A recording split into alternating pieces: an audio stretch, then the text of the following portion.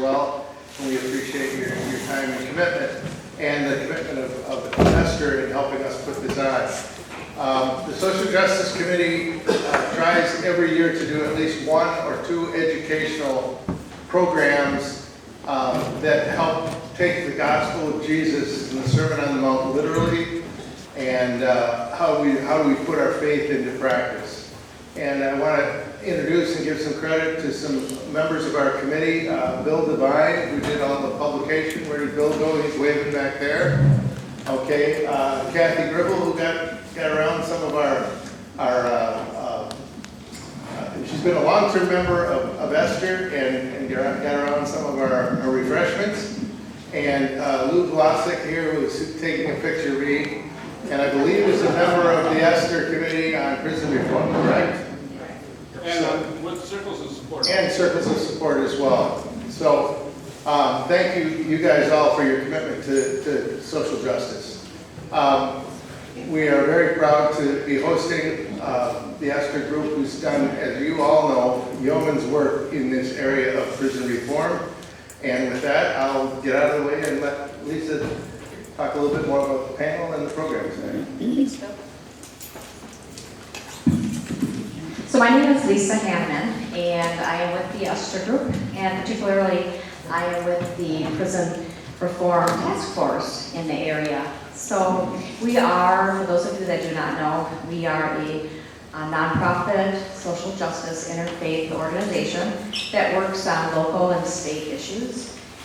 And one of the important issues that we have is this presentation tonight. So what we like to also tell you is that we work with individuals, we work with community partners, we work with parishes and congregations, and also community officials, and they help us bring about a safe community to our own area. So the things that we do are nonpartisan and are very important in the area of social justice.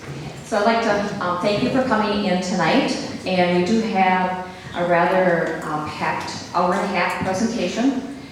So just to give you a little bit about what's going to happen tonight, we will be listening to State Representative Evan Goyke talk about the program called No Vacancy, Less Incarceration, Smart Criminal Justice Reform. So then after he's done with his presentation, we will have expert panelists talking to you about how they are impacting the area on the reform that's hopefully going to be happening in Wisconsin and in this area.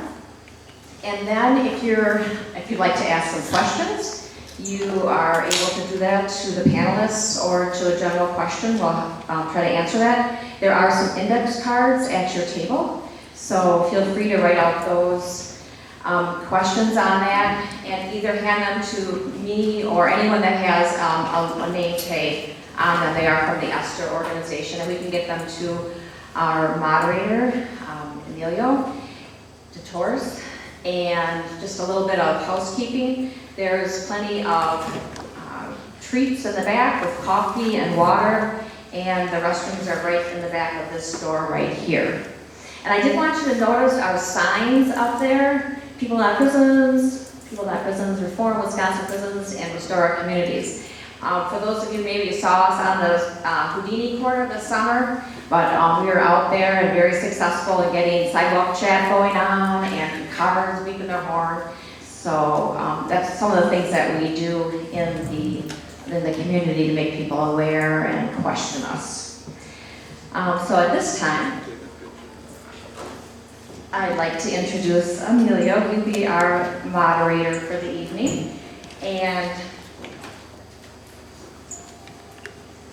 Well, my bio is long and boring. I'm happy to give you a quick. so as the Director of Community Engagement, Emilio advances the ACLU of Wisconsin's work on immigrants' rights, criminal justice, housing, youth rights, technology, and privacy issues through campaigns for policy change and legislation, community organizing, engagement, and public education. He also works to establish and cultivate collaborative relationships with community partners, coalitions, and stakeholders that support and engage in the ACLU of Wisconsin's justice work, as well as other ACLU priority campaigns. He believes that people are the experts on their own lives and can best represent and speak for themselves. He currently serves on the board of directors for Shakespeare in the Park and was the 2013 recipient of the YWCA's Eliminating Racism Award. He lectures and consults nationally for a variety of organizations and is dedicated to advancing the civil liberties and civil rights of all people. Emilio has been working diligently since 2006 at ACLU.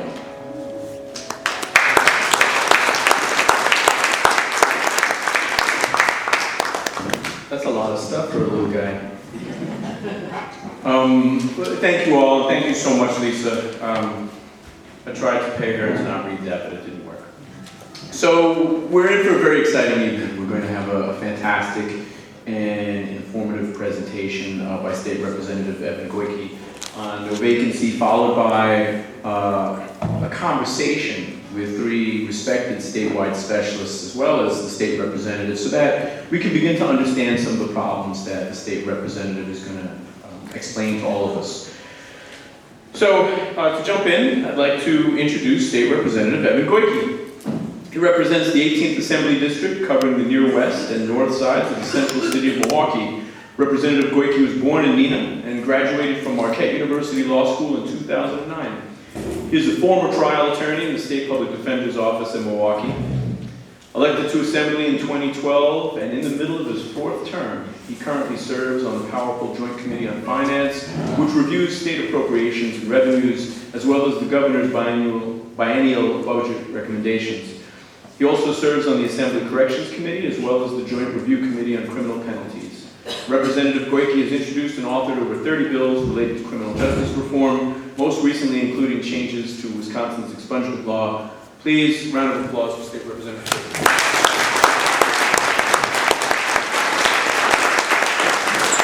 Thank you, Emilio. My assistant and friend, Megan, is going to help out. We're using the Americans for Prosperity's computer tonight because the state of Wisconsin issues their state legislators technology that is no longer compatible with a television. It's nice to be back in the Fox Valley. As Emilio mentioned in my bio, I was born at Theta Clark. My father served in the state senate representing the city of Oshkosh from 1974 to 1982. In 1982, he lost his last election to a gentleman named Mike Ellis, who was a senator from this community for a long time.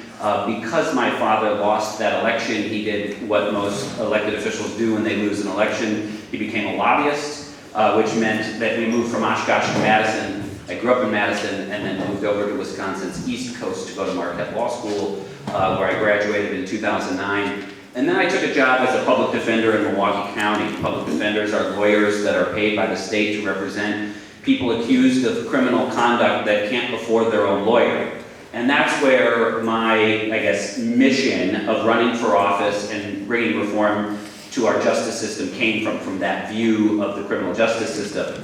And then I want to give you some context about why I did this thing called no vacancy. When I was first elected, I would introduce legislation, that's what legislators do, and it felt really good, and we'd put out a press release or have a grand press conference, and then, silence.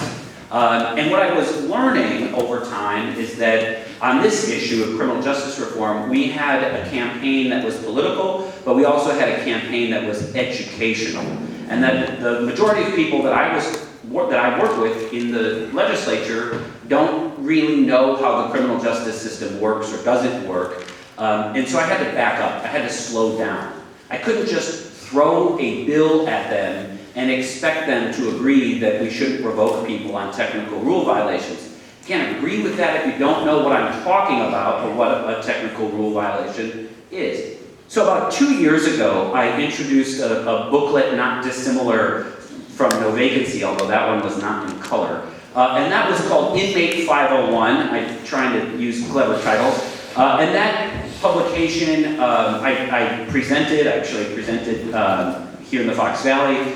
And one of the ideas in that publication caught fire with the majority party, and that was to close Lincoln Hills Youth Prison and develop regional, closer to home model of how we incarcerate juveniles. And so that's happening. That bill passed and was signed into law by former Governor Walker. It was an example of how we can work across the aisle to solve issues around incarceration. I was able, through that process, to build some relationships with Republicans on this issue. And so when I was reelected in 2018, the question was, what's next? So we've kind of addressed the juvenile crises at Lincoln Hills, or we're on our path to doing that. Okay, now we have this issue of the overcrowding in the adult system. And so I wrote no vacancy, and I presented it to the legislature. It is not a bill yet. I'm going to conclude my comments with an announcement of where we stand in terms of the introduction of legislation. But it was an education. The goal of this is to teach people what's going on in our prison system and to narrow in onto some low-hanging fruit solutions to make a difference. So before I go any further, let me just pause and say that this document is not the end of criminal justice reform in the state of Wisconsin. It is basically a soft beginning. We will need to pass 1,000 individual bills to truly change how we police, charge, prosecute, judge, incarcerate, release, re-enter. This system is massive. It's massive. It has taken thousands of individual pieces of legislation to build over the last several decades. And I say this because it's really easy to pile on all the things we need to accomplish and build the mountain so high that we can't even take the first step. And if we wait for one perfect bill that will address everything in the system that we need to address, we're going to be waiting forever. And I don't want to come back. You're all beautiful, but I don't want to give this presentation anymore.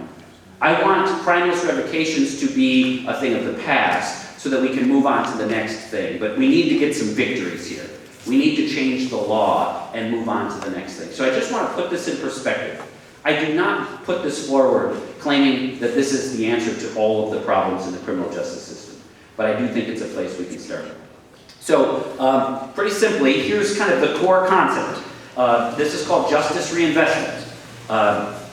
Save money by lowering your prison population and use the money saved to reduce crime. So no vacancy is going to take this proposal. It includes 3 proposals on how to, or 3 areas on how to reduce the prison system, and it proposes 3 areas of investment to reduce the crime rate, with the goal being that we create a self-funding cycle, that we push the snowball downhill, and it is then allowed to roll on its own inertia. Reduce the population and save money, and reinvest it to reduce crime. So just for context, our prison population, about 23,500 people that are incarcerated in Wisconsin's prisons tonight. This is a graph of how we got there. You can see an explosion in the incarceration rate in the early 90s through the early 2000s. There's a small dip in 2008, 2009. Wisconsin actually passed some measures of criminal justice reform in Governor Doyle's final 2 years in office.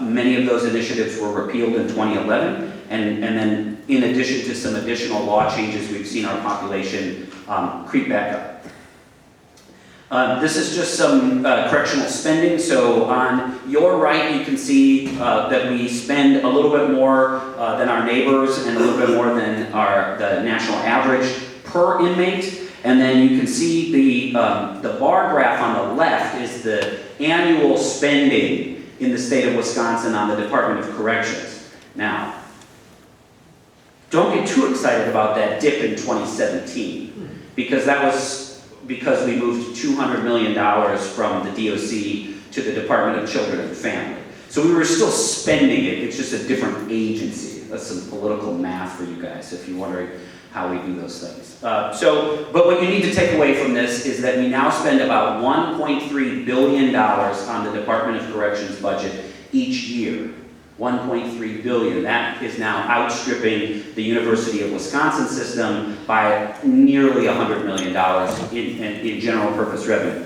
And also important to note that all of us, we pay 100% of the cost of the DOC. That is a state-funded, there are we get some federal money in healthcare, we get some federal money in transportation, education. The DOC is on us. So when that number goes up, we are paying for it. And then, we basically lead the free world in the disparate treatment of African Americans to whites in the incarceration rate. So there is no wider gap in America between the rate of incarceration for African Americans and whites. And that's an issue in my community in the city of Milwaukee, but it's actually in every community. It permeates every corner of this state. And so then on the right-hand side, you can see the rate of individuals on community supervision. And on the left-hand side, you can see the disparities in incarceration. And I apologize, it's a little hard to read. But what you should take away from this is that white people are put on community supervision at a greater rate than African Americans. African Americans are more likely to be locked up, and white defendants are more likely to be placed on community supervision. So there's good news that states around the country are engaged in criminal justice reform. This has become a growing area of bipartisan agreement. I'm going to end my talk with an update on how that's going in Wisconsin, because you won't find us on this list of states. But what you will find are a whole bunch of red states and blue states and purple states. And we've just got to add ourselves to the 2019 column that's not yet written. But there is hope. If Georgia can do it, so can Wisconsin. So again, this is just by way of background. My hope in this presentation with writing this booklet is to start. What is the first step that we could take together as Democrats and Republicans in the legislature to put Wisconsin on the path? Okay, so we're overcrowded. I said earlier there's 23,500 people in prison, but our prisons are actually not designed to hold that many people. They're designed to hold just about 18,000. So as of Friday, we were at about 140% capacity.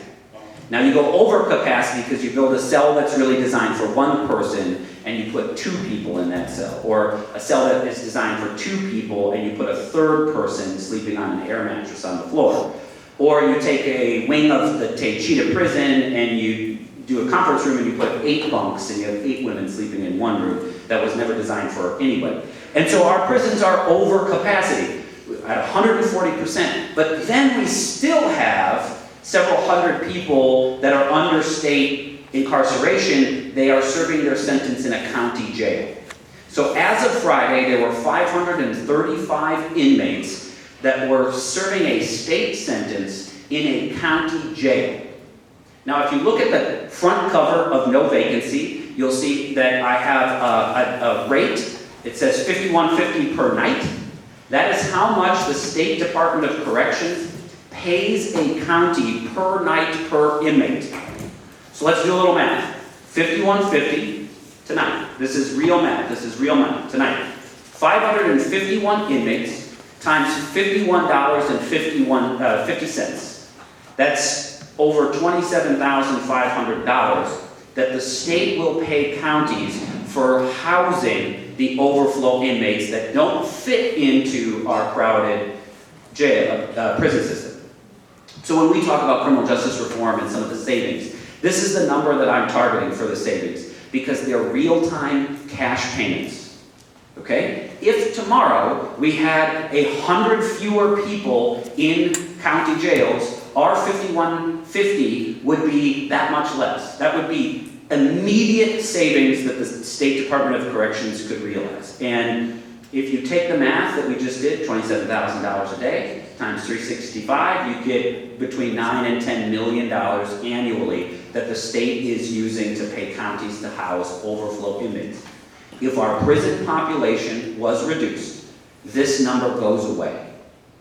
The state DOC doesn't want to do this. The counties don't want to take the inmates, but they do it because under this system, they have no other choice.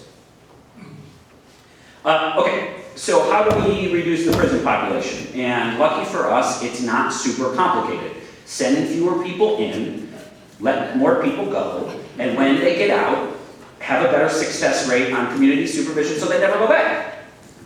Amen.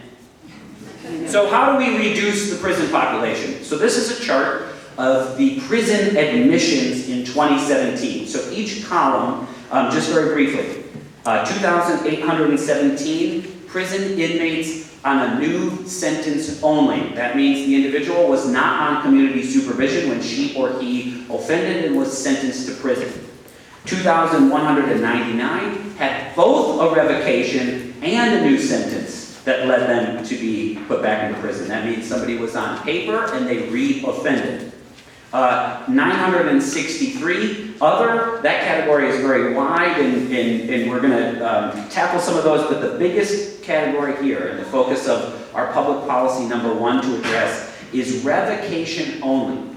So this column of about 3,500 prison admissions were for violations of the rules of supervision. Now, when I asked the DOC for additional data, they think that between 25 and 30% of these 3,500 individuals were sent back to prison for only a minor or technical rule violation. So this is a population that have not committed new crimes, but have been returned to prison. And by my calculation, it's about 1,100 to 1,500, and the data we have is really not super accurate, so I'm kind of being vague on purpose because I don't want to misstate. But 1,000 people in 2017 were put back into prison and they didn't even commit a new crime. That's the population where policy number 1 targets, and that's to end something that we call crimeless revocations. So this breaks down the data in a little bit more detail. What I was talking about 3 out of 4 had some violation, some kind of law violation, new alleged criminal conduct, and then about a quarter do not. And then this is a breakdown of the population, according to the DOC, for the non-criminal reasons why these individuals were returned to prison. So we've got failing an ATR. ATR stands for Alternative to Revocation. So oftentimes this is some form of treatment program. So some of those are intensive, some of those are community-based. We sent 74 people back to prison for refusal to comply with supervision, refusal to comply with treatment, use of alcohol. These are all behaviors that individuals on supervision should be held accountable for. There should be ramifications if someone's given a treatment program and they don't comply with the rules. But my argument to you is that that currently our system of returning those individuals to prison is an overreaction, that the punishment is too large for the violation. So that maybe we do some kind of short-term jail sanction or some kind of additional, more intensive programming, but that sending someone back to prison is too much of a reaction for somebody to just because they used alcohol or because they refused to comply with supervision. So we could invoke a policy that says no more crimeless revocations, and that's the population that we were just discussing. So the math I'm doing here is, let's say we take 1/4 of the roughly 1,100 people that we return to prison that didn't commit a crime, and we just don't do that. We have a new policy that says you can't send them back to prison. That would save us about $5 million a year.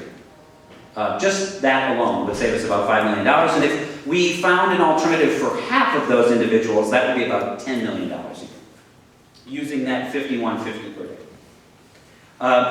Now, the second policy area is increasing these ATRs, increasing the use of alternatives. So you saw on that chart that a number of people are given those community-based or intensive alternatives to revocation, but they are not available in every community.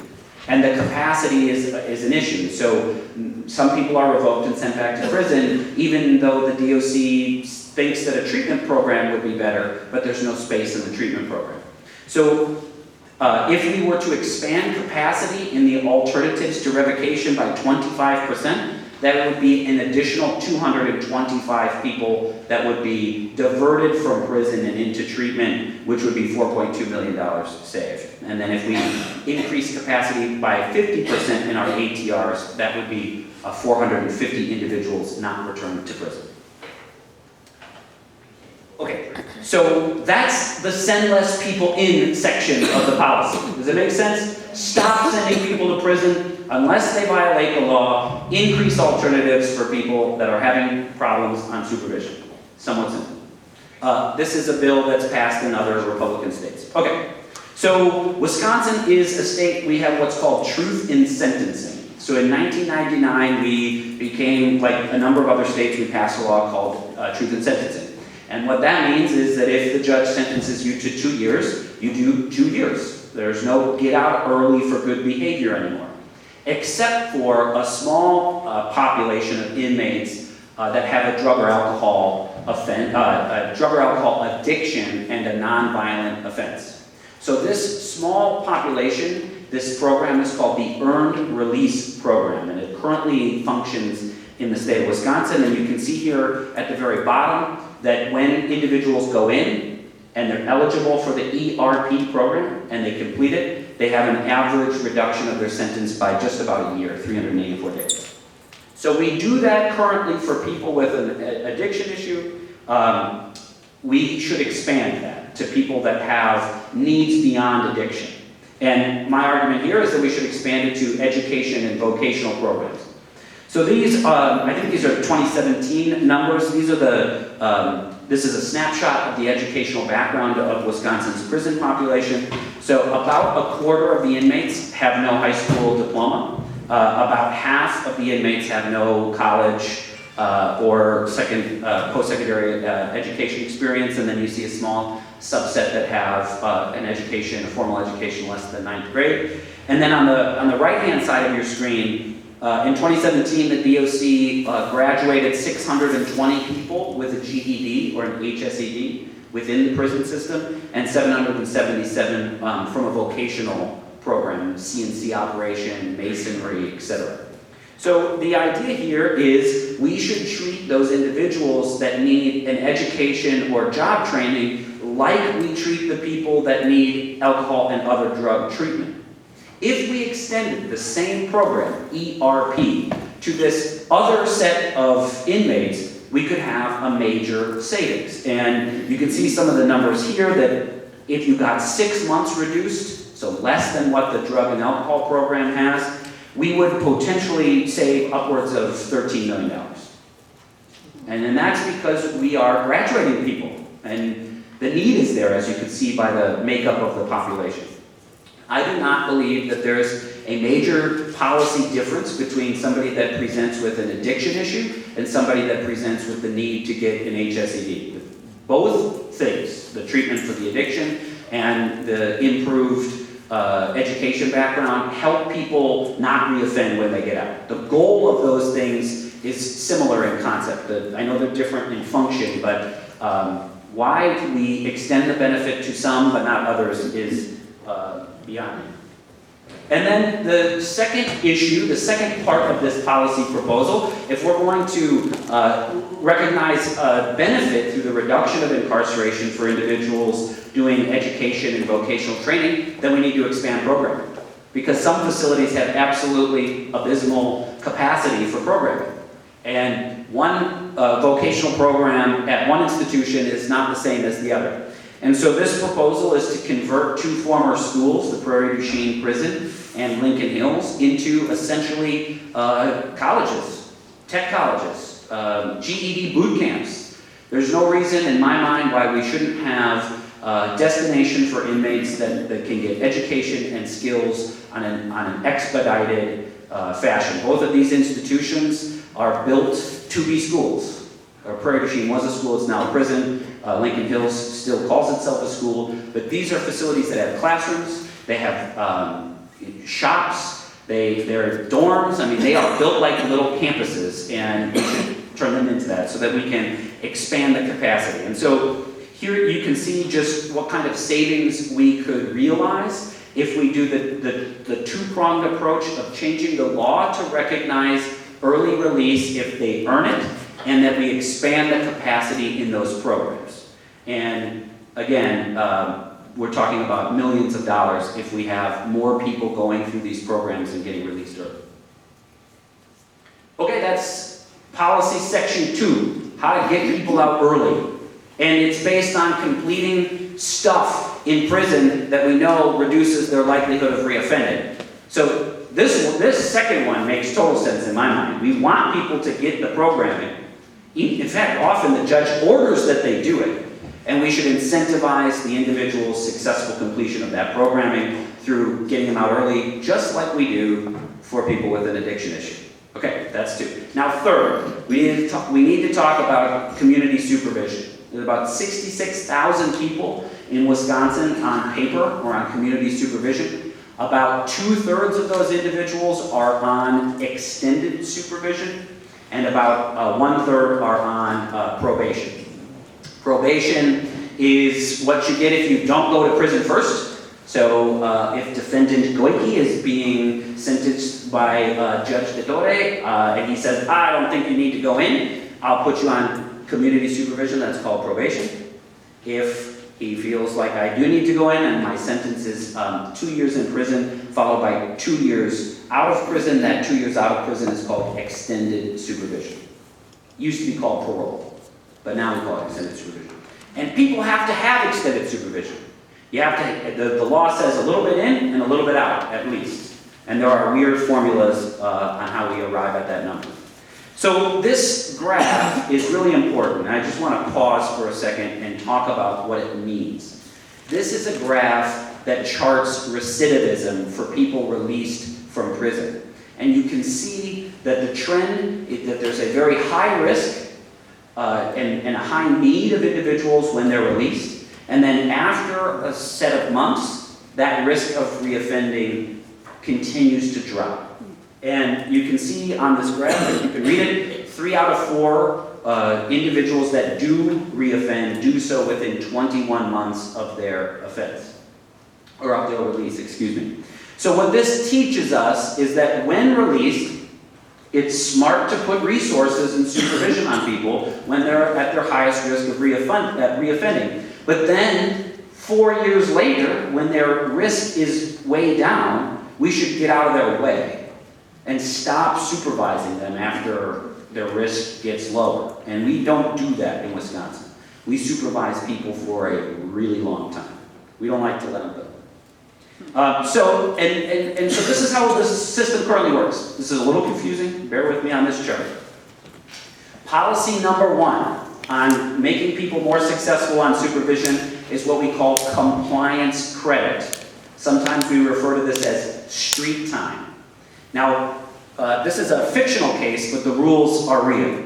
The individual is on supervision for 5 years, okay? So defendant Goyke, on release, I've got 5 years of extended supervision. I am great for 3. I'm motivated, I've got a good mentor, I get a job, an apartment, etc. 3 years with no violation, but then in year 4, I break the rules and I get revoked. I get 0 credit for the 3 years that I was totally compliant. I was doing everything my agent asked, but that time is as if it never happened. So I get put back into prison for my revocation, and when I get out, I start over. The clock's back to 0. I never get credit for those 3 years of compliance. We give credit for jail sentences and for whenever you're in custody. We don't give any credit for compliance on supervision. Now, the state of Missouri passed this law a few years ago, and to date their population on supervision is down 30%. And it's because people are actually allowed to cycle off of community supervision. I mentioned earlier, we are a truth in sentencing state. And if we really are a truth in sentencing state, then 5 years should be 5 years. But that's not the truth of how extended supervision works, because you can go in and out and in and out and in and out. And it's only 5 years if you serve every one of those days in prison. You can end up doing a much longer time on community supervision. So give people credit. for the time that they're compliant on community supervision. And the second piece, this is a big umbrella because there's a lot to do. The DOC is overworked. The community supervision, the probation and parole agents have too many clients. We need to reduce their caseloads. We need to reform the rules of supervision. So when you get out, there are 18 rules of supervision at the very least, maybe more. Some of them make sense, like rule number 1 is don't commit a new crime. Kind of makes sense, right? Rule number 1. Look at rule number 10. Obtain written approval from your agent prior to purchasing, trading, or selling a vehicle. Rule number 11, obtain approval from your agent prior to borrowing money or buying on credit. Rule 10 makes total sense to me if you're on paper for stealing a car. Rule 11 makes perfect sense to me if you're on paper for credit card fraud. These two rules make absolutely no sense to me if you're on probation or parole for retail theft or for some crime that has nothing to do with the motor vehicle or with credit card. Now, the DOC justifies these rules and saying they want to make sure victims get restitution and want to make sure that people aren't making error financial decisions. But what happens is that these rules just become so hard to comply with. And that when we supervise people for so long, it's just a matter of time before they trip up. So go back to the last slide where I was on supervision for 5 years and I was doing good, and then in year 4 I get tripped up. This is the type of thing that gets in the way often, these little rules that have some value potentially, but also create a serious burden on the people that need to live under them. So this is, I guess, the last piece of policy here on the effort to try to reduce the number of people on probation and parole or extended supervision, is that, again, we supervise people for a really, really long time. Many states have said you can only do it for 5 years, or 7 years, or 8 years. Or they have a scale depending on the severity of the crime.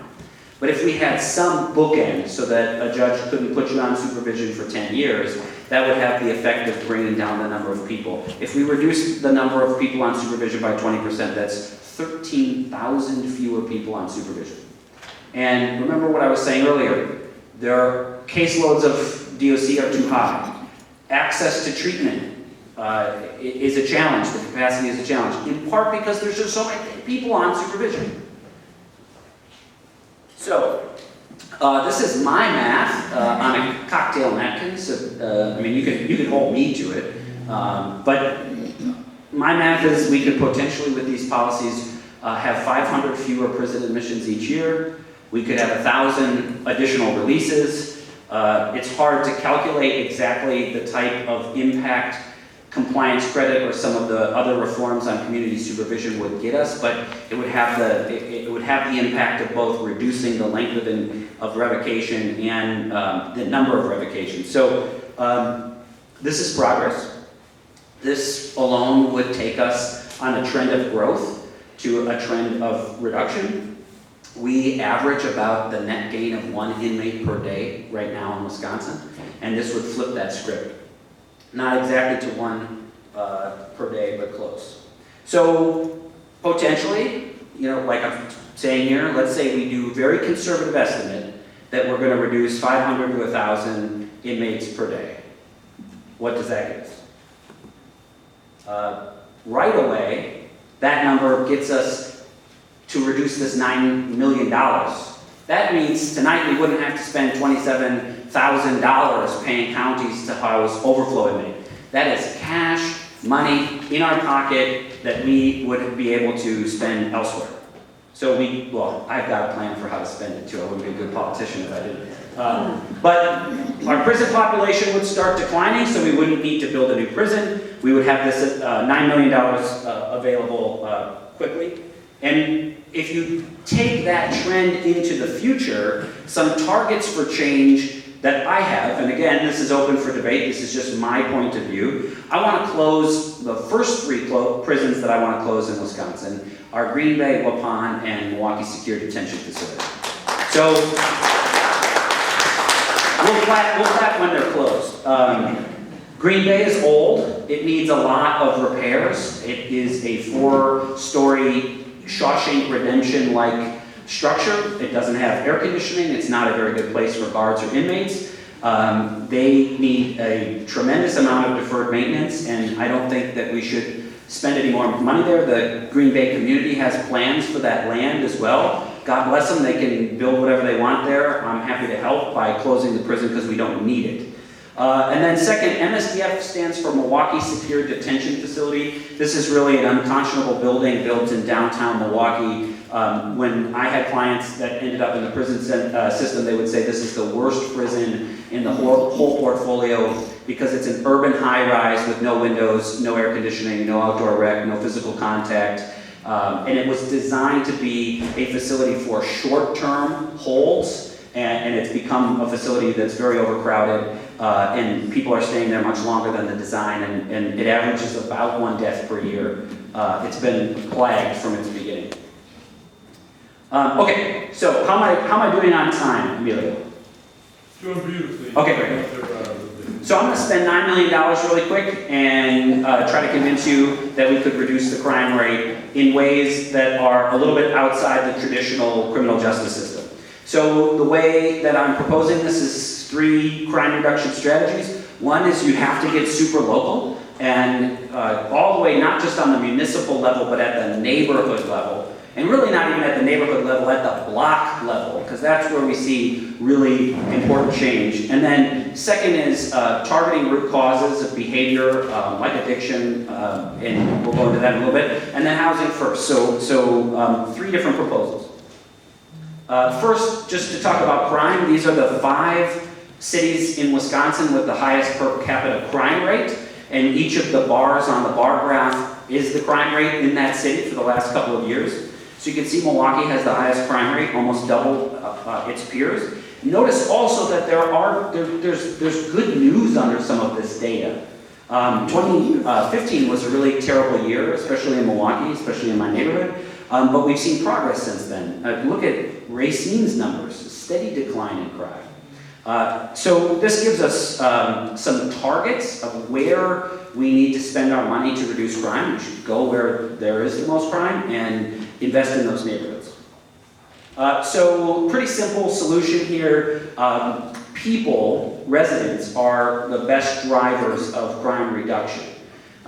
Police are an important part of that. They need to be an important part of the neighborhood. They need to be trusted. But the eyes and ears of the neighborhood are the residents. A police beat cop, a bike cop, a patrol squad, far less vigilant than grandma, right? And you all probably have, I have some grandmas on my block that like, she will call me and say, like, a car's on the block and I didn't recognize the license plate. I'm like, okay, that's fine. They're allowed to come to our neighborhood, or like, that was my sister-in-law. Don't call the police. But residents know the best. They know which house is the problem house. They know which landlord or which tenant or which property, which corner store, which liquor store. And we've got to get them to the table. Now, it takes money to organize these communities. So what we're talking about is faith-based groups, nonprofit groups, the police department, tearing down some of these walls, bringing residents out, and giving them a place where they can talk about the vision that they have for their neighborhoods. 2 examples that I've used. This map's really small, but Washington Park and Amani are 2 neighborhoods in the city of Milwaukee that have gotten federal dollars for this type of community investment, community organizing to reduce crime, and they have reduced crime.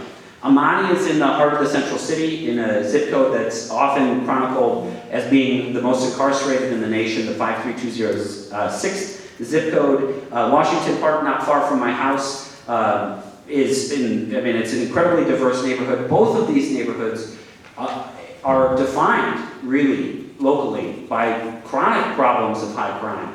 And if you can see, I'm sorry, it's really small print, but some of these numbers, like in Amani, you're 17% reduction in crime. I mean, this is good news. And if it's a surprise to you, I'm not surprised that you're surprised, because very rarely will you see a headline that says the heart of the central city of Milwaukee, crime is down. But this is what happens when you get neighbors out and together and congregating, and all of the community stakeholders, faith, nonprofit, education, police, etc. So policy number 2, targeting root causes. We have a very successful model of this in Wisconsin called TAD, Treatment, Alternative, and Diversion. Thank you, Esther and Wisdom, for making this an issue and getting several $1 million more per year. We wouldn't have the investment if Wisdom didn't take this over, rent some yellow school buses, and descend in the hundreds to the state capitol and demand it. But TAD is limited.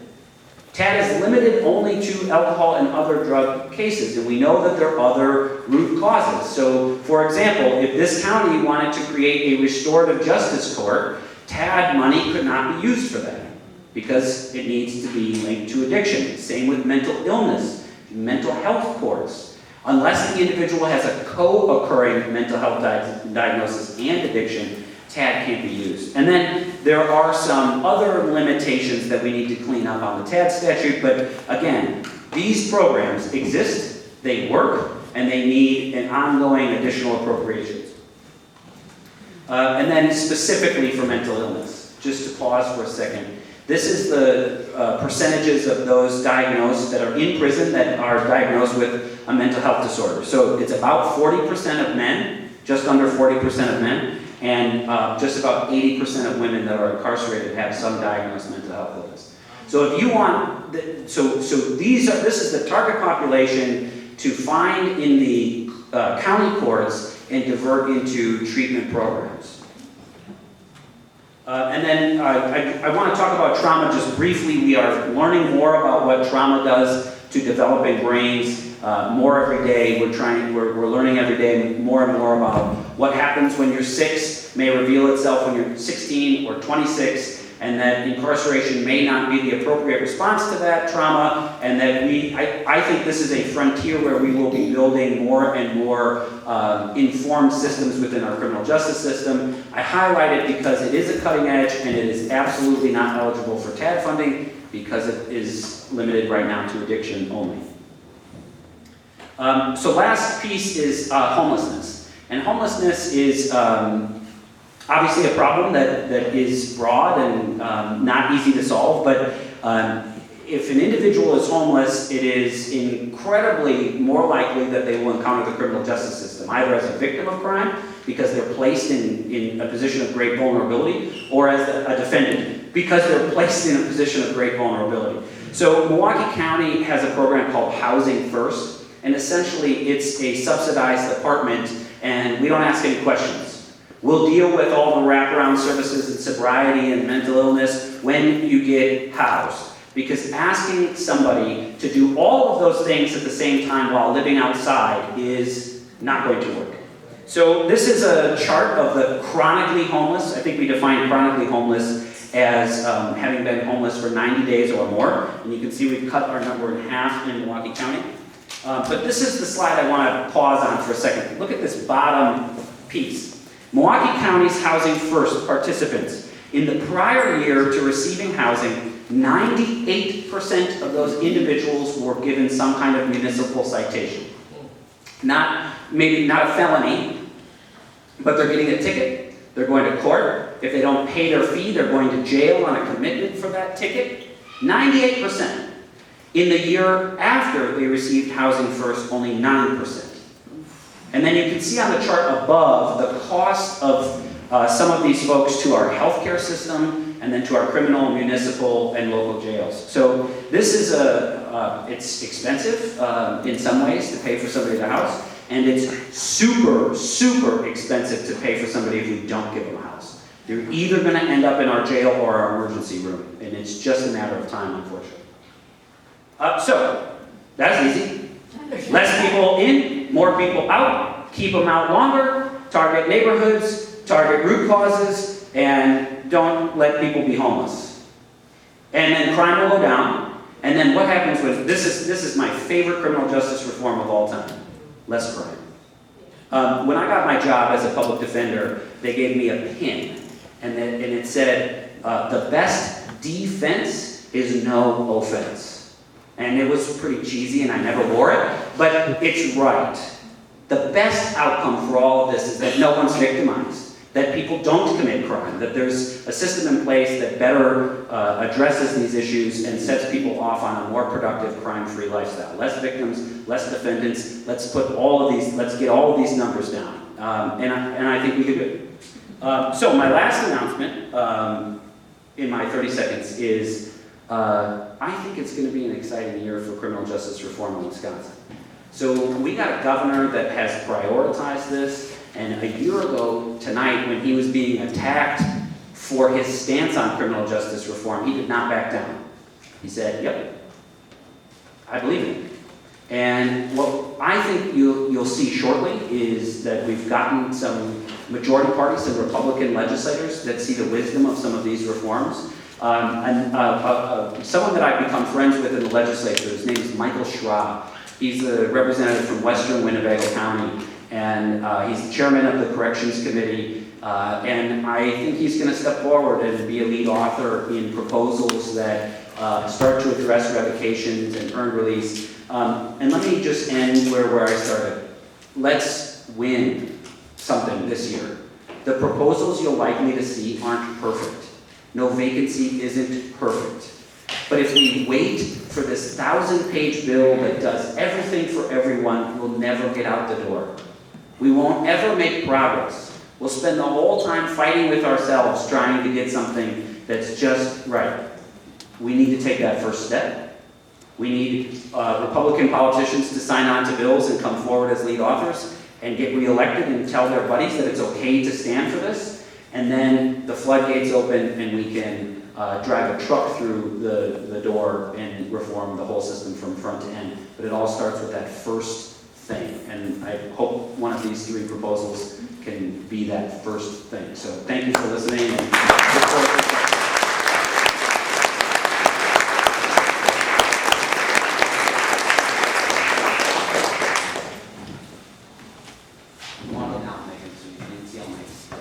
It's all open records anyway. Yeah, that's right. Thank you so much, State Representative Goyke. So you'll notice, as Lisa told you earlier, there will be some index cards at your places. Please think of some questions if you haven't already. Think of some now, because I'm about to introduce 3 fantastic, dynamic speakers, all of whom I'm very excited to listen to. I will read you their intros, and if they'd please join us up here at the dais. I'm not sure how this is going to work. We'll see if we can't That'll just come out pass of this. there. Yeah, it's long enough that you can pass it. Well, I would have much better song. Do a little love vote. Bernie Vetrone is the Outagamie City Criminal Justice Treatment Services Director. Mr. Vetrone has been in his current position since 2014 and has a BA in Criminal Justice and Business Administration from Marian University, along with an MBA and MPA from Concordia University. He was previously employed by the Wisconsin DOC for 23 years and was a member of DOC's Evidence-Based Practices Ambassadors Group, where he assisted at the state level in developing and implementing evidence-based practices, correctional core competencies, and developing and implementing the use of Compass, which is an assessment tool. Outagamie County is focusing on 4 major change targets that include creating a uniform detention decision-making response matrix for law enforcement. You say that 10 times fast. Creating processes to expedite and streamline court case processing, expediting referrals to treatment alternatives and diversion programming, and creating a robust pretrial justice system. Outagamie County has been mentioned in 2 separate articles published by Pew Charitable Trusts, detailing Outagamie City's evidence-based decision-making efforts and their partnership with UW-Milwaukee in assessing their criminal justice treatment services programming. Thank you, Mr. Vetrone, for joining us. Megan Novak, Legislative Director for Americans for Prosperity, Wisconsin. Daughter, Fond du Lac, Wisconsin. She previously served in the office of Governor Scott Walker as a Senior Policy Advisor, where she managed the Healthcare, Human Services, Education, and Public Safety Policy team. Prior to that, she served in the Wisconsin Department of Administration as Legislative Advisor and the State Senate as Legislative Assistant to Senate Majority Leader Scott Fitzgerald. Megan is a proud University of Wisconsin-Madison alumna who joined the Americans for Prosperity Wisconsin team in January of this year, and as Legislative Director manages the organization's policy efforts in the state capitol. Criminal justice reform is just one of the top priority issues for AFPWI. AFPWI is proud to be working with a broad coalition of organizations and legislators to advance policies that break down the barriers individuals are facing in the criminal justice system. And as I learned recently, Megan is a new dog mom to rescue puppy Cooper. And Melissa Ludin. Melissa is currently the regional organizer campaign for smart justice at the ACLU Wisconsin, an effort focused on reducing the U.S. jail and prison population by 50% and combating racial disparities in the criminal justice system. As a formerly incarcerated woman, she leads with an unrelenting passion for criminal justice reform and reentry peer support. Her first-hand experience started while she was incarcerated more than 12 years ago.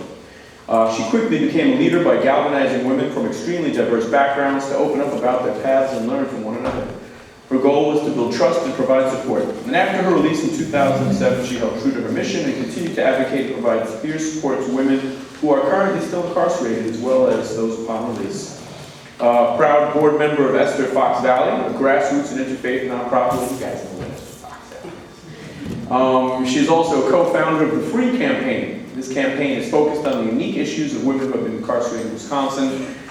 She also previously served as a former organizer and board president of Ex-Incarcerated People Organizing, aka EXPO, an organization led by people who are directly impacted and committed to dismantling all systems that support mass incarceration and excessive supervision and dedicated to creating just systems with policies that build healthy families and safe communities. Please, a round of applause to our four illustrious panelists.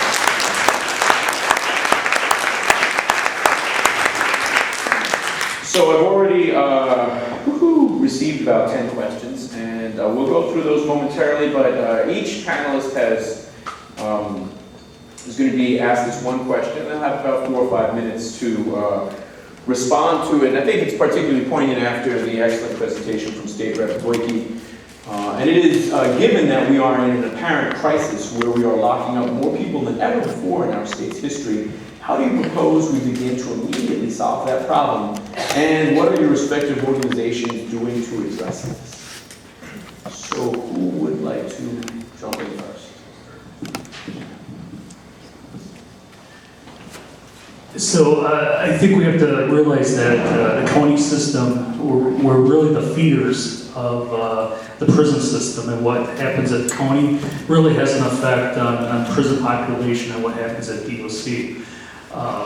I think one of the major issues, and obviously it didn't even come up in this presentation, is our United States' cash bail system and how inequitable it is, how sometimes it's unconstitutional, it's not fair, and from a pragmatic standpoint, it actually does harm to our correctional clients.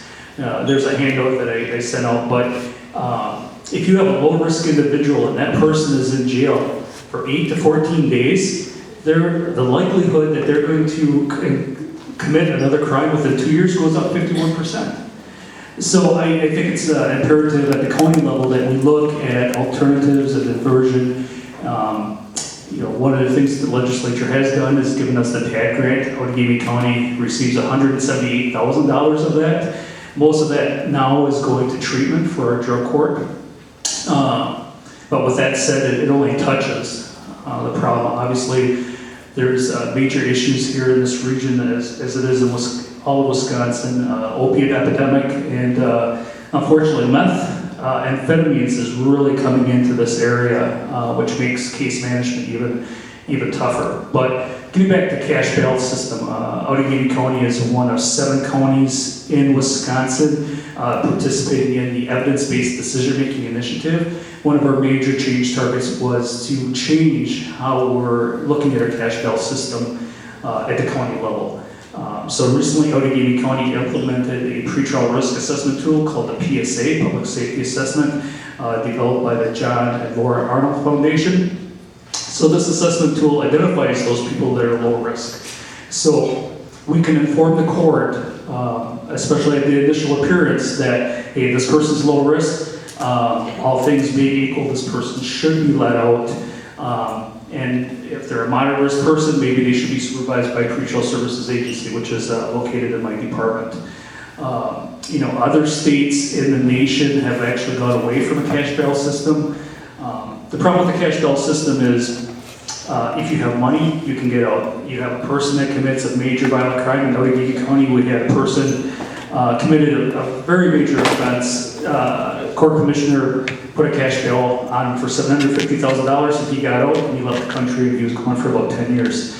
Conversely, we have people that commit low-level misdemeanors and they can't afford the $250 cash bail that is issued on them. So in Outagamie County, we're really trying to focus on that, informing the judges and our court commissioner who low-risk people are, and have a mechanism for us to supervise them.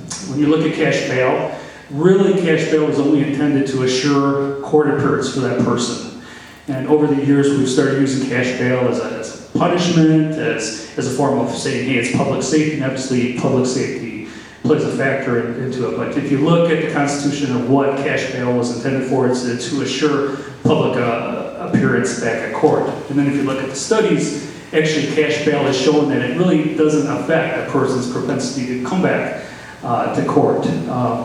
Through supervision, pretrial supervision, we've had pretty good luck at Outagamie County. We just started this program a couple of years ago, but since 2017, 94% of the people that we're supervising are returned to court. And some of these people would have been in jail. So that's just one of the things Outagamie County is doing. There's an annual report, CJTS annual report, which is my department. You can look at some of the other programs we're doing. We're trying to do some diversion programs, not only jail diversion programs, but programs that divert people from probation and parole supervision. We have one program that was designed for OWI second and third offenders. In exchange for a lighter jail sentence, the person sees a case manager in my department for 1 year. They have to go to recommended treatment. We had UW Milwaukee do a study on this program, and they found that the people that participated in this program were 31% less likely to commit another OWI than the people that sat in jail. So, and we did this at a fraction of the cost of sitting in jail. So I think that's probably my 3 or 4 minutes. But that's some of the things we're trying to do in Outagamie County. I have to point out that we have a couple people from Outagamie County here. County Board Supervisor Katrine Patience. She has been instrumental in driving our criminal justice reform at the county level. She's actually got her hands dirty and written a couple of grants for us, which is a great help. And we have a couple of judges, Judge Metropolis and Judge Gage in the corner. So Judge Gage and Judge Metropolis, they were instrumental in starting one of the first treatment courts in Wisconsin back in, I believe it was 2008. Now, most counties have a drug court program, but we were one of the first ones to get. And actually, thank you for pointing out, Bernie. If those who are elected officials, if you could stand up for a moment just so we could recognize you and acknowledge who you are. And you just briefly say who you are and where you're from, and we'll start to my left.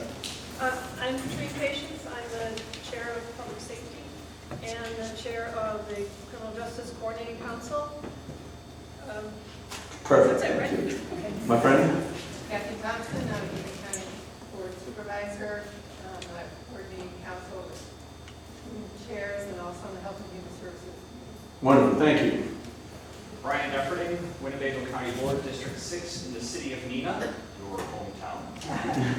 And I'm working on criminal justice reforms within Winnebago County as well. Thank you. Mitch Metropolis, I'm a Circuit Court Branch 3 judge, in that position since 2007. And Judge Gage and I, with Judge Krieger, started our first drug and alcohol treatment court. It's been in existence 10 years, and we just recently this year, we split off the drug addicts. They're in one track, and we have our alcoholics in another track. So we mainly have the OWI people in the track I do now. Our Commissioner Ludiak does our drug people, and as Bernie pointed out, meth has really become the predominant drug of choice for our offenders in the drug track. We certainly appreciate all the efforts that the panelists have made to help us with the TAG grant. One thing for you, Representative Goyke, is if you would look at finding violent offenders eligible for treatment courts, that would be really beneficial for us. I know it's risky politically, but They do just as well as the nonviolent. A good and true point, thank you. So just to remind everybody of the two questions, and we'll get the one question rather, we'll get to the other two panelists. The question being, given that we are in a parent crisis, where we are locking up more people than ever before in our state's history, how do you propose we begin to immediately solve the problem, and what are your organizations doing to address this? Who would like to go? So the first thing that we've done with our Smart Justice campaign, so with our Smart Justice campaign, it's a national campaign to end mass incarceration by 50%, as well as end racial disparities. So in Wisconsin, at the beginning of this year, our focal point was really to end crimeless revocation and expand the early release program. So we started that off this year by doing trainings around the state on the joint finance hearing, how to tell your story, how to have conversations with legislators, and we had a lot of people that participated in that, especially formerly incarcerated men and women who may not have ever had this opportunity, as well as family members. And we partnered with public education, and in doing that, it was, we need to take money away from incarceration, and we really need to start investing that in our children, and in the public school system, and that was a big push. And so the two biggest things that came out of that joint finance hearing were criminal justice reform and public education. And I from what we were talking about with crimeless revocation, I mean, we really felt heard in that room, and we also noticed at the joint finance hearing, again, it came down to education. A lot of them weren't aware of the many things that we talk about here. And then we started off, we just finished off a tour around the state of Wisconsin. Some of you came to that. We just had one last week in Green Bay, and we started that off by giving a presentation on crimeless revocation, what that all entails, what that looks like. And then we had people on panels. Some of the people we had were Tom Lyons from Right on Crime. We had people talking about their stories of lived experience. We had another person from American Prosperities as well to speak on that. And one thing I think that really came out in those, and it was really powerful, because again, the public doesn't really know when we talk about crimeless revocation and what is the difference between committing a crime and committing a rule violation. That was one thing that was really brought up. But we had a lady that really gave a testimony that stuck with us, is that she served 9 years on supervision. Her agent had retired, she had got a new agent, and she had 10 years to complete. And in that, on her 10th year with the new agent, she had allegations that came in that she was participating in dealing drugs. And part of the process with that is those things don't necessarily have to be proven, but she had gone and was sent to prison for those allegations and came out. And just like kind of what you said, is all that time that she did on those 9 years was gone. And her daughter also was on that panel to talk about what it was like for her to lose her mother in that, and the effects on family. And so what came out of that was, it was just not how it impacted the person, but how it not only impacted her employment.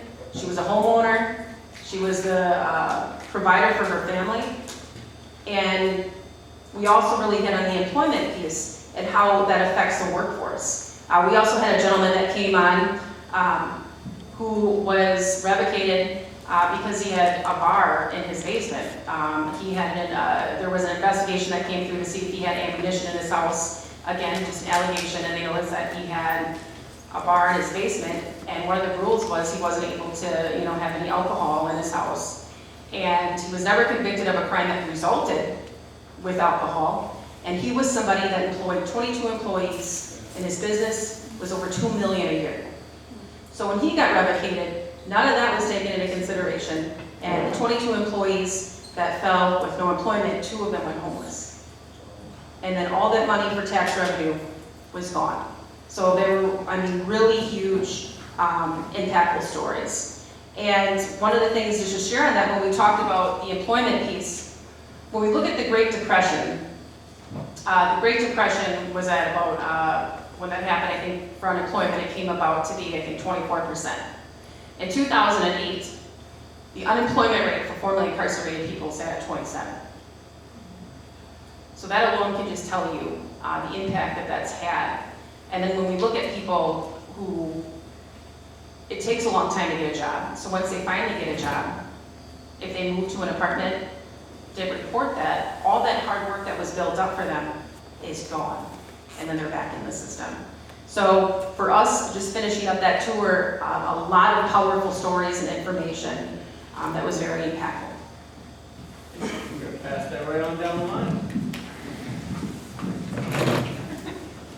Well, great. Thanks so much for having me today. I think there's two things that I really want to talk about as far as what we can do to address the prison population and what Americans for Prosperity Wisconsin is doing in that arena. So first, I think it's really important for people to realize that 90% of people who are in prison today are coming home.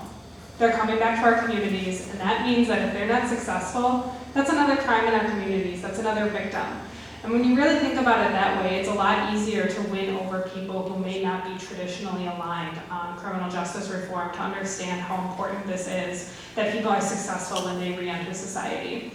And so I think that's where I would focus a lot of our efforts is on re-entry. Because if those people are not successful, then they are going back into the prison system, and that's not helpful for them, it's not helpful for our communities, and it's not helpful for taxpayers. And so I think a lot of what Representative Goyke has talked about and what we have actually been working with Representative Goyke on is looking at some of those policies on what impacts re-entry, whether it's vocational training in prison systems so that people are prepared for a job once they re-enter. Maybe it's not even vocational training, maybe it's interview training, maybe it's resume writing, maybe it's providing a suit for someone who's coming out of the prison system so that they have something to wear to a job interview. Those are the little things that, they're not even necessarily state policy changes, but those are things that we can do to help people be successful when they do re-enter society. And then it's looking at the crimeless revocations to say, is that really the best use of anyone's time or taxpayer dollars to send someone back into prison for buying gas on a credit card or having a bottle of Jack Daniels in their basement? Probably not, when you really think about it. So Americans for Prosperity Wisconsin, I'm not sure if anyone here is really familiar with our group, but we are a national grassroots organization. We're active in 35 states. And what I really see our role in, beyond just lobbying in the Capitol, working with legislators and groups like ACLU, is helping to educate citizens. It's about moving people from the tough on crime stance of the 1990s and early 2000s into one of understanding, as we like to say, it's a little catchphrase, smart on crime, soft on taxpayers. That's where we like to move people to. I know it's pretty corny, but that's what we really want to try and do. And so we have 7 field offices across the state of Wisconsin where we bring in expert trainers, we bring in legislators, we bring in people like myself and our state staff to help educate citizens on what criminal justice reform means and then how they can be effective in their communities.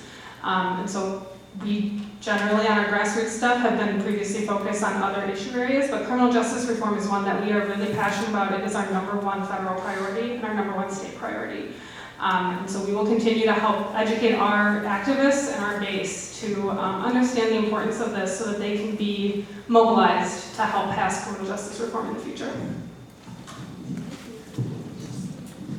Thank you. Great things, all of you. And so at this moment, we're going to ask if there are any more questions to come up. I have a bunch. Great. Lisa's walking around, but during that moment, and there are a lot of questions. And sadly, we won't get to all of them, but we'll get to a chunk. I'm going to start with this one. What is the difference between committing a crime and committing a rule violation or probation?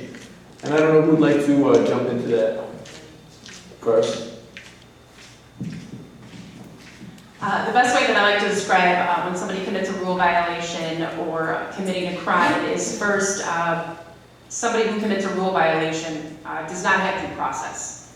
So there's no due process for that person, as well as if this person is accused of doing something. For example, if this person was accused of drinking alcohol and not supposed to be, that person could get revocated just for the simple fact of hearsay.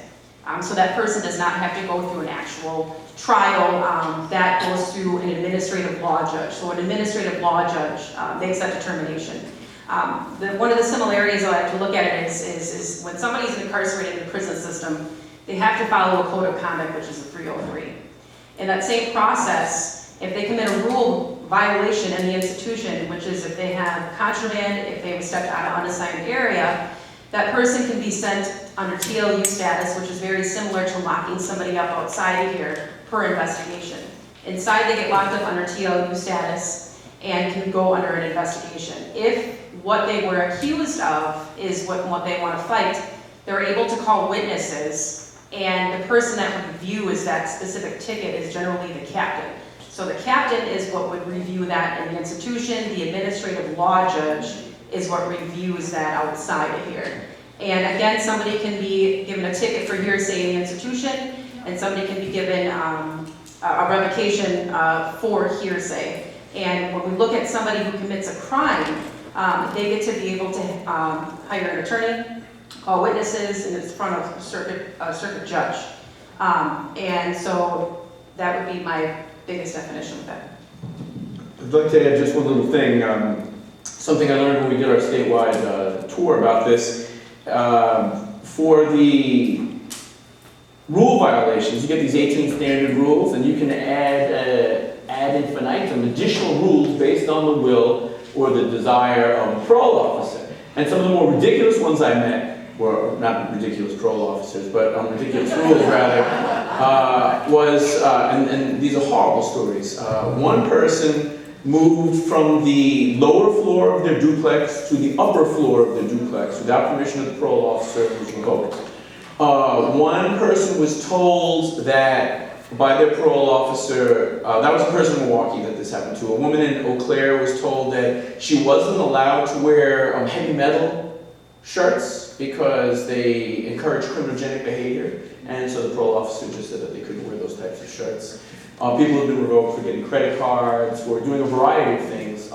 You can also add people to the list, like, I don't want you to see the person sitting to your left because they're wearing a black jacket, and ninjas wear black jackets and that. And I don't know how you protest that. As a former probation agent, I've seen as many as 35 rules. I have an intern currently with 56 rules in addition to the 18. So, we can probably have a 2-hour seminar just on this, but we'll jump to the next question. What would be some of the elements of the new system when it comes to rules violations? So, I guess this is more for you, State Representative. You're describing a bunch of policies here. How would that play out? So the legislation that we are working on that will hopefully be introduced this year, and I'm confident that it will be introduced. My real hope is, well, I can tell you I'll introduce it because I have the last several years, but the change this year is hopefully it will be bipartisan with some Republicans taking the lead, which will, I think, make an incredible change in the overall perception in the Capitol and outside the Capitol. What we would do, or what we envision, is a law very similar to what was passed in the state of Michigan.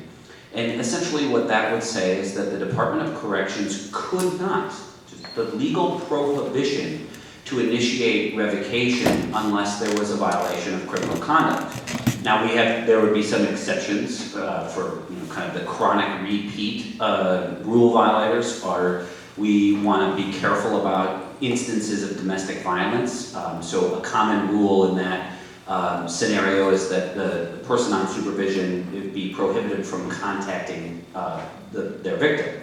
That would not technically necessarily be a crime, but would be behavior that the DOC would have their current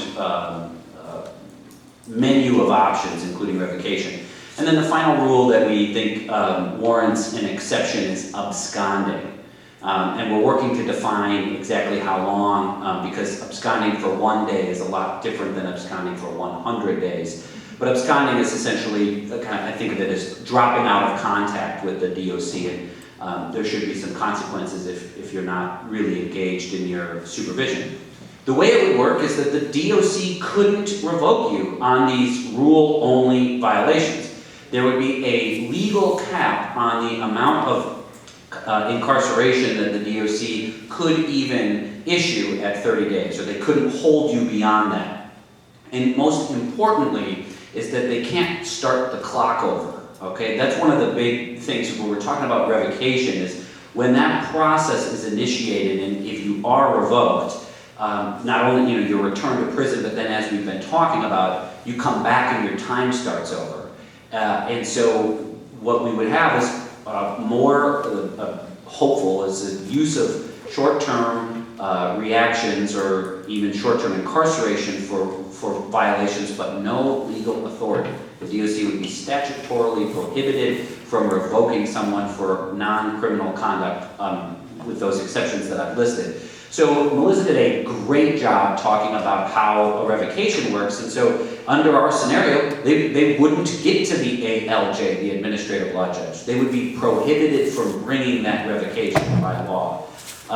One of the most common scenarios is that somebody is picked up by law enforcement.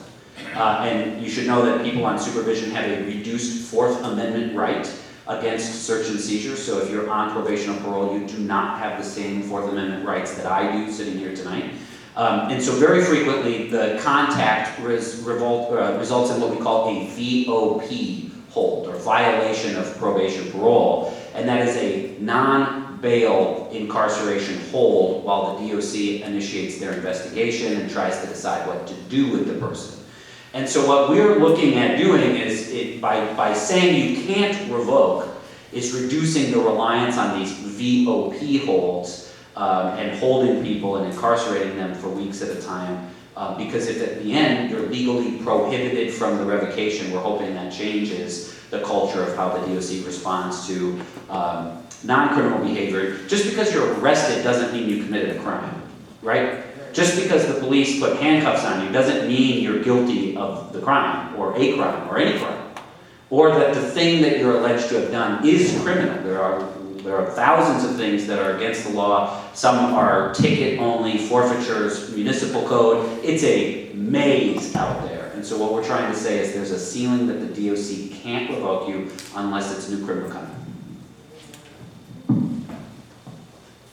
Excellent, thank you so much. And as you all see, there is a tremendous number of acronyms involved in this work, which is always a milestone for how complicated the task is.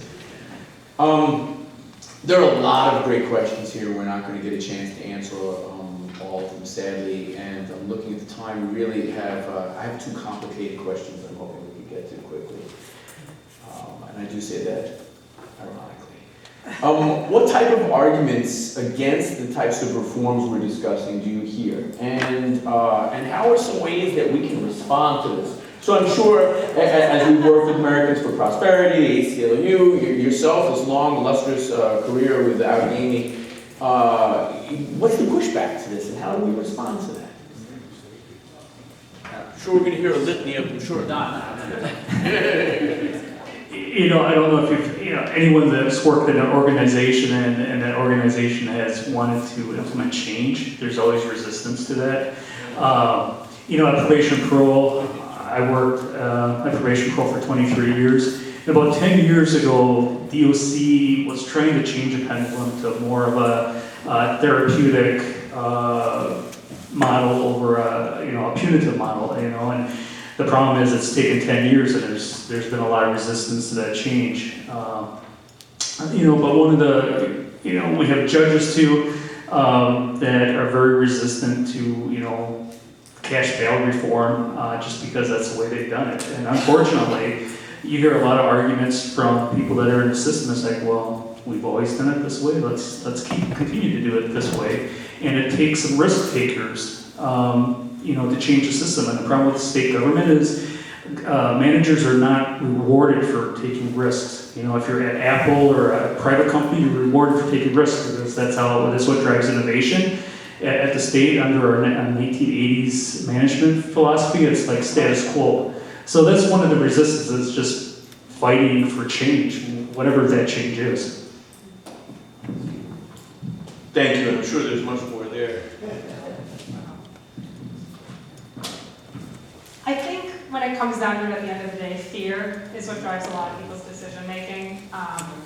It's fear. It's fear from politicians that they're going to make some sort of change and someone's going to be released from prison and that person's going to commit some horrible crime. And then they lose their re-election and they're no longer in elected office. It's fear of community members that if we aren't tough on crime, there's going to be more crime in my neighborhood because fear trumps statistics, fear trumps facts at the end of the day. Which is why I think it's really important that we have organizations like Esther, like Wisdom, like ACLU, who are out there providing facts and providing forums like this for, I mean, this is an incredible turnout. I don't think I've ever seen this many people gather in one space to talk about criminal justice reform and be passionate about it. This is a huge first step, and it's not going to change overnight. And I think one of the things that, since I started with Americans for Prosperity, that I've really realized is facts can start to try and overcome fear, but the big thing is realizing that everyone has a different thing that can get them excited about criminal justice reform. Some people, it's the Constitution. It's protecting people's constitutional rights. Some people, it's their faith. It's understanding that forgiveness is an important part of many faiths. And for some people, it's pure dollars and cents, and it's understanding that if we have less people in prison, we have more tax money for pick your program or pick your tax cut. And so understanding that sometimes you have to talk to a different crowd a different way, but at the end of the day, we'll have the same goal. That criminal justice reform is important, and we will get there, but it's going to take a while, and we have to overcome that fear of the community and the fear of politicians. I'm going to go out of order here. First of all, I want to make sure that they realize I have a lot of experience in prison and prison ministry and so forth. 27 years I've been going into the prisons through Chuck Colson program. I also have been running for 32 years a prison support group. We meet every third Thursday of the month. It's for anyone that has a loved one or a friend or anyone in prison, jails, or just want to know more information about prisons and the life the prisoners are living. I would like to direct a question to you. You know, you talk about programs, and if they follow those programs, they can get out early, right? Do you know it takes anywhere from 2 to 3 years to even get out of programs? And then, if they do get out of one, sometimes that program can be revoked within 2 months. If the system is not set up to help the ones that are in prison.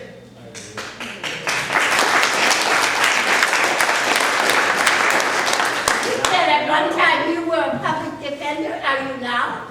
No, I'm recovering.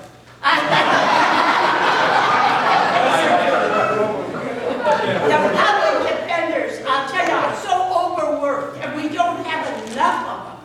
But on top of that, the DAs, whoever are defending against a person that's being tried for a crime, the DAs can get unlimited amounts of money for investigations.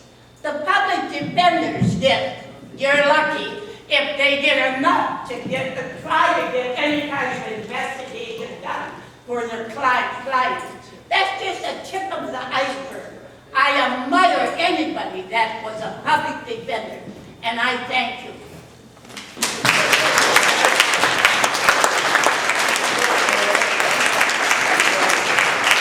Well, we thank you, and I don't think any of us contradict anything you say. And if we were, none of us are brave enough to admit it publicly. And on that note, and a good note it is, I'd like to use you as the inspiration for a call to action. And say, follow my friend's advice. Also join Esther, who obviously can turn out a crowd on a rainy, gloomy night like this. Thank you, Esther. Thank you, St. Bernard. Thank you, Lisa Hanneman, and everybody that helped put this together.